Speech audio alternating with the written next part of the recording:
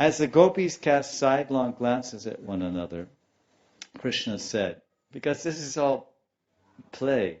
This is all play of love, and it's just how they're enjoying and enhancing. Because it's enhancing the anticipation, excitement, anticipation, as we well know, at least in our experience, that the anticipation of an event creates much greater happiness and joy than the actual event itself.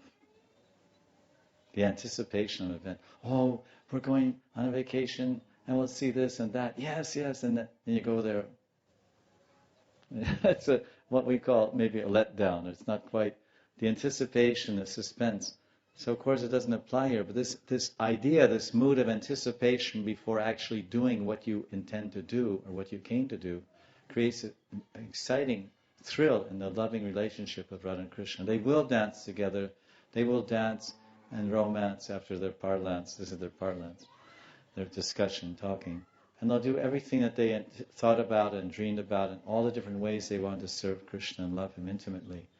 But now he's prolonging and enhancing the anticipation.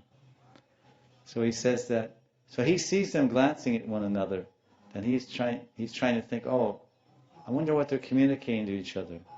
Krishna said, gopis, if you try to tell me that you've come to get the night blooming lotus flowers, to worship God, there's God right in front of you, and that it's these flowers you're looking at with your sidelong glances, I have to reject your excuse as unacceptable, since neither the time, place, nor persons involved are appropriate. In other words, he's saying, are you looking at the flowers? Which obviously they're not. They're looking at each other's hearts, through the corners of their eyes. Lalita's looking into Vishaka's heart, Vishaka's looking into Radharani's heart. Do you feel what I feel? Yes, I feel what you feel. And you feel what I feel? Yes. And is he for real? I doubt it. So, are you communicating to each other? You're looking at each other thinking, yes, we came to pick some flowers. I mean, girls always go out in the forest at midnight to pick flowers. It's very standard.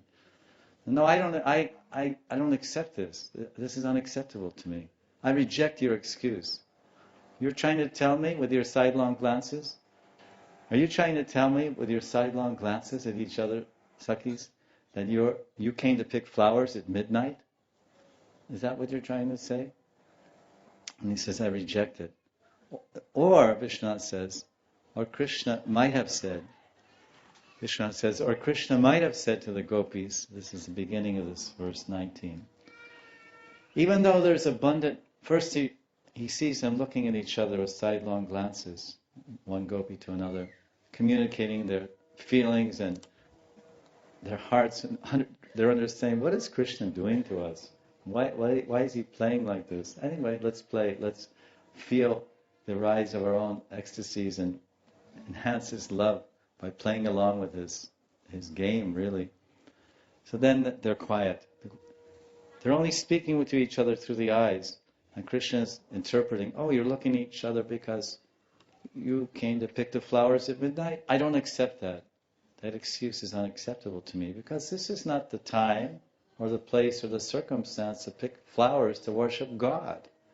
That's what he asked them. Did you come here in the forest on Sharad Purnima at midnight to pick flowers to worship Surya Dev or Vishnu or your Kula Devata, your family deity? I don't accept that.